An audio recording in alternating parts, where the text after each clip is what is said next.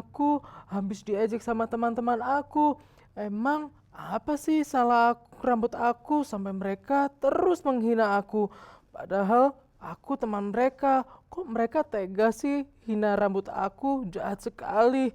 Udah Lex, udah, jangan nangis lagi. Rambut kamu bagus kok. Emang Bagus.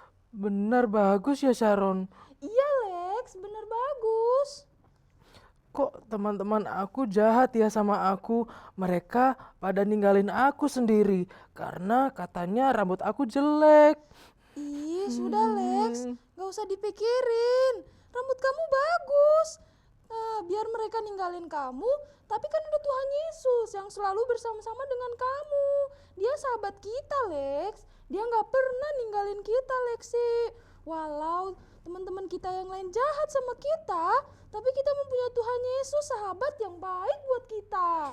Iya benar ya Sharon, beruntung sekali kita punya Tuhan Yesus ya. Iya, bener Lex. Oh iya, ini hari Minggu, Lex.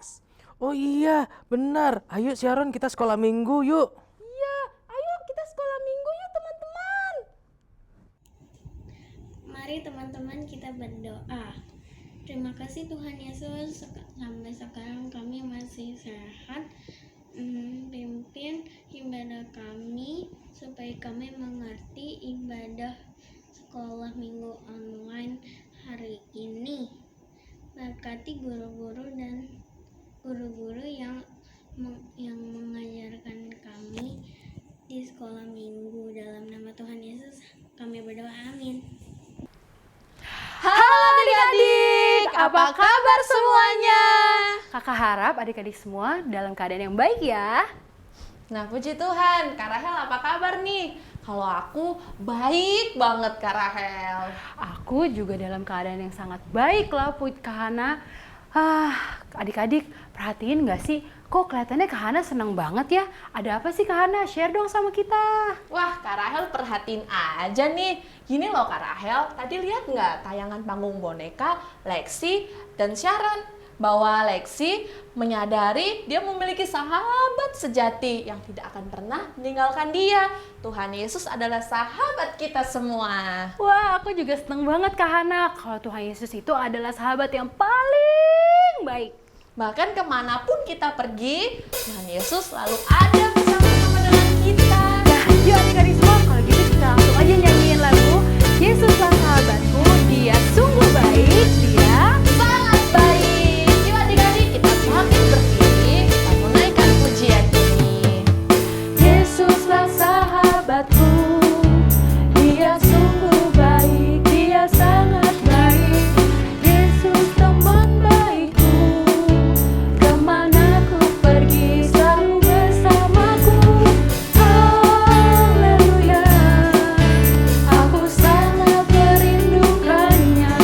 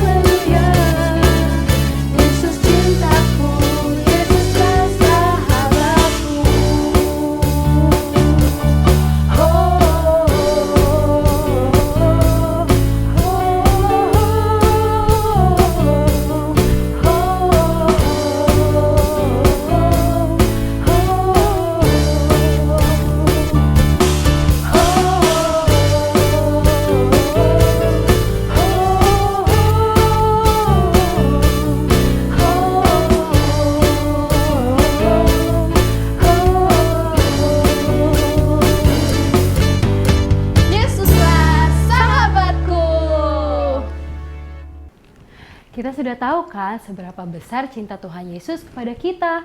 Dia rela mati buat kita dan bahkan dia menjadi sahabat kita. Dan masih banyak lagi yang bisa Tuhan Yesus kerjakan untuk kita anak-anaknya yang percaya kepadanya. Nah, Kak Hana, adik-adik, aku mau tanya nih, kira-kira seberapa besar sih cinta kita kepada Tuhan Yesus? Kalau aku cinta banget Kak Rahel sama Tuhan Yesus. Aku mau menyenangkan hati Tuhan Yesus. Puji Tuhan ya Kak Hana. Kalau adik-adik gimana? Pasti sama dong sama Kak Rahel dan Kak Hana. Kalau cinta sama Tuhan Yesus, kita mau menyenangkan hatinya Tuhan. Kalau begitu kita mau naikkan pujian haleluya, haleluya. Puji Tuhan, puji Tuhan. Sungguh ku cinta Yesus selamanya. Ayo adik-adik, kita tetap berdiri. Kita mau naikkan pujian ini dengan semangat tentunya. Ikutin gerakannya ya semuanya. Ayo adik-adik, semangat-semangat. Haleluya. Haleluya, haleluya. Puji Tuhan, puji Tuhan. Haleluya, haleluya. Puji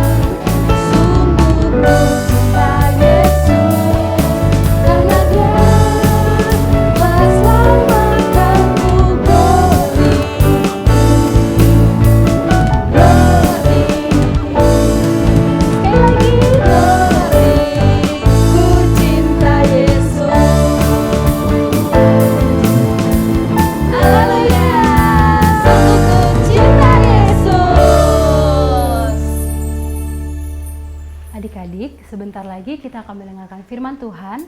Namun sebelumnya kita akan menyanyikan lagu dulu untuk menyembah Tuhan. Kita nyanyikan lagu Yesus, Kau sahabatku, Kau mati bagiku, besar cintamu, Yesus Kaulah sahabatku dan Tuhanku. Adik-adik semua, kita persiapkan hati kita untuk mendengarkan firman Tuhan. Kita mau menyembah Tuhan dengan sungguh-sungguh, dengan hati. Nyanyikan lagu Yesus sahabatku. Yesus sahabatku,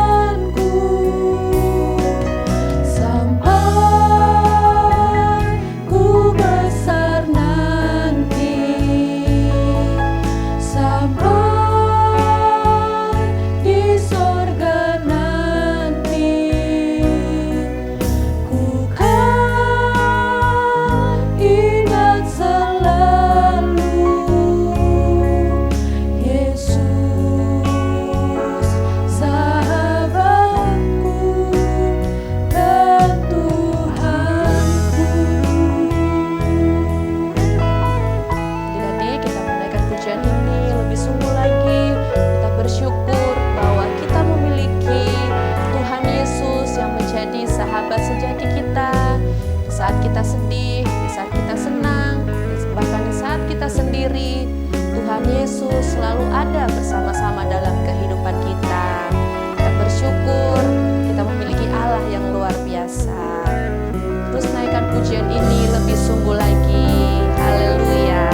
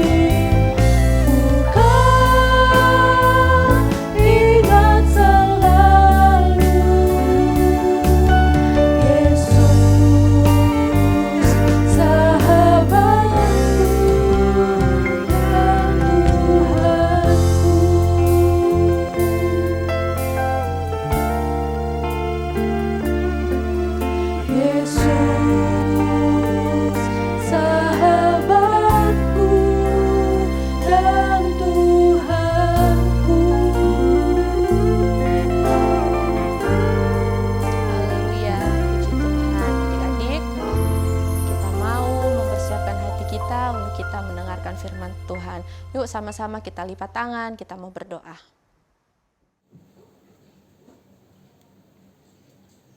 Tuhan Yesus yang baik, kami mau mendengarkan firman Tuhan. Biarlah firman Tuhan yang kami dengar dapat bertumbuh dan berbuah dan hidup kami menjadi terang. Dalam nama Tuhan Yesus Kristus, haleluya, amin. Selamat hari Minggu adik-adik. Puji Tuhan. Kita tadi sudah memuji, memuliakan nama Tuhan, dan saat ini kita mau mendengarkan firman Tuhan. Yuk Alkitabnya disiapin dan dibuka Alkitabnya. Dan orang tua bisa mendampingi ya untuk menemani anak-anaknya membaca firman Tuhan. Yuk Alkitabnya dibuka dalam 1 Samuel pasal 16. 1 Samuel pasal 16 ayat yang ke-7. 1 Samuel 16 ayat yang ke-7, demikian firman Tuhan. Tetapi berfirmanlah Tuhan kepada Samuel, janganlah pandang parasnya atau perawakan yang tinggi, sebab aku telah menolaknya. Bukan yang dilihat manusia, yang dilihat Allah. Manusia melihat apa yang di depan mata, tetapi Tuhan melihat hati. Kita melihat dalam 1 Samuel pasal 16 ayat yang ke-7, firman Tuhan mengatakan bahwa janganlah pandang parasnya atau perawakannya yang tinggi, sebab Tuhan melihat dari hati, bukan karena apa yang dilihat manusia. Kita melihat pada waktu itu, kerajaan Israel dipimpin oleh seorang raja. Raja yang pertama yaitu, siapa adik-adik? Raja Saul. Ya, kerajaan Israel dipimpin oleh Raja Saul. Dan Raja Saul ingin bertemu dengan Daud. Karena Daud telah menang dalam dia melawan bangsa Filistin. Lalu Daud menemui Raja Saul. Dan Raja Saul memiliki anak yaitu Yonatan. Yonatan berteman dengan Daud. Kita melihat bahwa Raja Saul menyuruh Daud berperang dengan bangsa Filistin. Dan Daud menang lagi. Wah, luar biasa adik-adik. Kita melihat bahwa Tuhan memakai Daud sehingga Daud menang lagi dalam peperangan. Ketika itu Raja Saul merasa iri. Wah, kenapa Raja Saul merasa iri adik-adik? Karena Daud lebih hebat dari Raja Saul. Daud menang lagi dalam peperangan melawan orang Filistin. Sehingga Raja Saul merasa iri. Dia merasa cemburu terhadap Daud karena Daud lebih hebat dari Raja Saul. Ketika Raja Saul, dia merasa iri, dia merasa cemburu karena apa yang dibuat Daud. Lalu Raja Saul berniat jahat. Wah, Raja Saul ini memiliki niat yang jahat adik-adik. Dia ingin membunuh Daud, jahat sekali ya. Apa yang diinginkan dari Raja Saul ini? Daud merasa kaget karena perbuatan dari Raja Saul. Raja Saul ini ingin melemparkan tombak kepada Daud. Dan di situ Daud merasa kaget. Tapi Daud berhasil menghindari serangan tombak itu, lalu berlari untuk pergi. Nah, lalu Yonatan, anaknya Raja Saul, dia berkata kepada ayahnya bahwa Daud itu anak yang baik. Kenapa harus dibunuh? Kenapa harus ditangkap? Padahal kan Daud anak yang baik. Kita melihat bahwa Yonatan berteman dengan Daud. Yonatan bersahabat dengan Daud. Di sini Yonatan ingin melindungi Daud dari serangan ayahnya, yaitu Raja Saul. Yonatan berlari menemui Daud. Yonatan berlari untuk mengatakan kepada Daud bahwa Raja Saul, ayahnya Yonatan, ingin mengincar Daud ini untuk dibunuh. Wah, sedih sekali adik-adik. Lalu Yonatan meminta maaf kepada Daud karena ayahnya memiliki niat yang jahat kepada Daud. Dan Yonatan dan Daud mempunyai satu rahasia nih adik-adik, yaitu apa? Yonatan melindungi Daud dan Daud melindungi Yonatan. Kita melihat kisah dari Yonatan adalah gambaran seperti kasih Yesus kepada manusia. Kasih Yesus yang menyelamatkan manusia dari hukuman dosa. Kita buka yuk sama-sama dalam Matius. Matius pasal 20. Yuk Alkitabnya dibuka, Matius pasal 20 ayat 28. Matius 20 ayat 28 dikatakan, sama seperti anak manusia datang bukan untuk dilayani, melainkan untuk melayani dan untuk memberikan nyawanya menjadi tebusan bagi banyak orang. Kita melihat dalam ayat 28 dikatakan Tuhan datang bukan untuk dilayani, tetapi untuk melayani dan untuk memberikan nyawanya menjadi tebusan bagi banyak orang, bagi kita semua. Tuhan datang, dia rela mati, mengorbankan nyawanya. Karena apa? Karena dia menyayangi kita adik-adik. Dia mengasihi kita sebagai manusia yang berdosa. Sama seperti kisah Daud dan Yonatan. Yonatan melindungi Daud. Kasih yang ada dalam hati Yonatan ini, dia mengasihi sekali kepada Daud karena mereka sangat berteman dengan baik. Kita melihat sama seperti Tuhan mengasihi kita semua. Tuhan rela mati sehingga kita bebas dari hukuman dosa. Kita melihat juga dalam 1 Samuel pasal 18 ayat yang pertama. Yuk adik-adik dibuka dalam 1 Samuel pasal 18. Di mana 1 Samuel? Nah, di sini adik-adik 1 Samuel 18 ayat yang pertama. Dikatakan, ketika Daud habis berbicara dengan Saul, berpadulah jiwa Yonatan dengan jiwa Daud. Dan Yonatan mengasihi dia seperti jiwanya sendiri. Wah, kita melihat di sini bahwa Yonatan mengasihi Daud. Mengasihi seperti jiwanya sendiri. Yonatan mengasihi Daud sama seperti Yonatan mengasihi dirinya sendiri. Kita melihat ada kasih yang besar di kehidupan Yonatan dalam dia mengasihi Daud. Kata berpadulah, kita melihat memiliki arti yang terjalin begitu erat dan kuat, tak terpisahkan. Kata berpadulah memiliki arti terjalin begitu erat dan kuat dan tak terpisahkan. Kasih yang terjalin di antara keduanya, yaitu Yonatan dan Daud, melebihi kasih dari saudara kandung sendiri adik-adik. Kita melihat dalam Amsal 17 ayat 17. Ayat yang sudah tidak asing bagi kita semua. Amsal 17 ayat 17. Katakan, seorang sahabat menaruh kasih setiap waktu dan menjadi seorang saudara dalam kesukaran. Dikatakan seorang sahabat menaruh kasih setiap waktu dan menjadi seorang saudara dalam kesukaran, sama seperti cerita Yonatan dan Daud. Mereka saling mengasihi, bahkan Yonatan mengasihi Daud sama seperti dia mengasihi jiwanya sendiri, mengasihi dirinya sendiri. Maka dari itu Yonatan melindungi Daud dari serangan ayahnya Raja Saul. Yonatan tidak ingin bahwa Daud dalam bahaya, dalam ancaman ayahnya, sehingga Yonatan bergegas dalam dia memberitahukan kepada Daud untuk melindungi Daud. Kita melihat ada kasih yang melindungi, kasih yang saling melindungi. Yonatan melindungi Daud, Daud melindungi Yonatan. Kita melihat kasih seorang sahabat tidak melihat rupa, tingkat pendidikan, status, dan lain-lain. Yonatan yang adalah anak Raja Saul tidak pernah merasa malu. Wah, karena dia anak raja nih, anak Raja Saul, Yonatan nggak malu nih adik-adik dalam dia bersahabat, berteman dengan Daud. Karena kita melihat bahwa kasih seorang sahabat tidak melihat rupa ataupun status pendidikan ataupun apapun itu ya. Sehingga Yonatan dia merasa bangga karena bersahabat dengan Daud. Yonatan yang adalah anak raja dari Saul, dia tidak malu bersahabat dengan Daud yang hanyalah seorang gembala.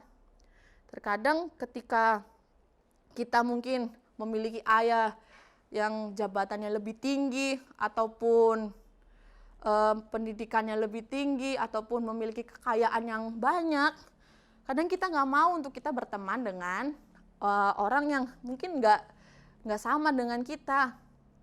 Kita memilih-milih dalam kita mencari teman, tetapi tidak dengan Yonatan. Dia malah bangga dan melindungi seorang sahabatnya. Kita melihat bahwa Daud yang hanyalah seorang gembala. Wah, Yonatan nggak merasa dia harus bersahabat, berteman dengan orang yang sama dengan dia, memiliki pendidikan yang tinggi, ataupun status yang tinggi juga, ataupun kekayaan, tidak. Tetapi Yonatan, dia terus memilih bersahabat, berteman dengan Daud. Bahkan melebihi, dia mengasihi dirinya sendiri. Yonatan rela mempertaruhkan nyawanya demi Daudnya adik-adik. Sahabat sejati pasti mau dan rela dalam dia berkorban demi sahabatnya. Dia mau menderita demi sahabatnya. Kita melihat dalam 1 Samuel pasal 18. 1 Samuel pasal 18 ayat yang keempat. Dikatakan Yonatan menanggalkan jubah yang dipakainya dan memberikannya kepada Daud, juga baju perangnya sampai pedangnya, panahnya dan ikat pinggangnya. Semua yang dipakai Yonatan, semua yang dimiliki Yonatan, dia rela tanggalkan demi dia memberikannya kepada Daud, demi melindungi seorang sahabatnya yaitu Daud. Kita sebagai anak-anak Tuhan, sebagai anak-anak terang, kita harus mampu dalam kita mengasihi sesama kita. Siapapun itu, kita tidak memandang dia siapa ataupun memiliki kekayaan yang hebat ataupun tidak. Tetapi kita sebagai anak-anak Tuhan, kita harus mampu memiliki kasih Kristus dalam kehidupan kita untuk kita mengasihi teman-teman kita, mengasihi saudara kita. Yuk kita belajar dari kehidupan Yonatan yang mampu memiliki kasih yang melindungi seorang sahabatnya. Nah, kita juga belajar dari kehidupan Tuhan Yesus yang dia rela menderita demi kita semua. Nah, adik-adik, ayat hafalan kita dalam 1 Petrus pasal 4 ayat yang ke-8. Kita buka ayat hafalan kita 1 Petrus pasal 4 ayat yang ke-8. Demikian firman Tuhan. Tetapi yang terutama, kasihilah sungguh-sungguh seorang akan yang lain.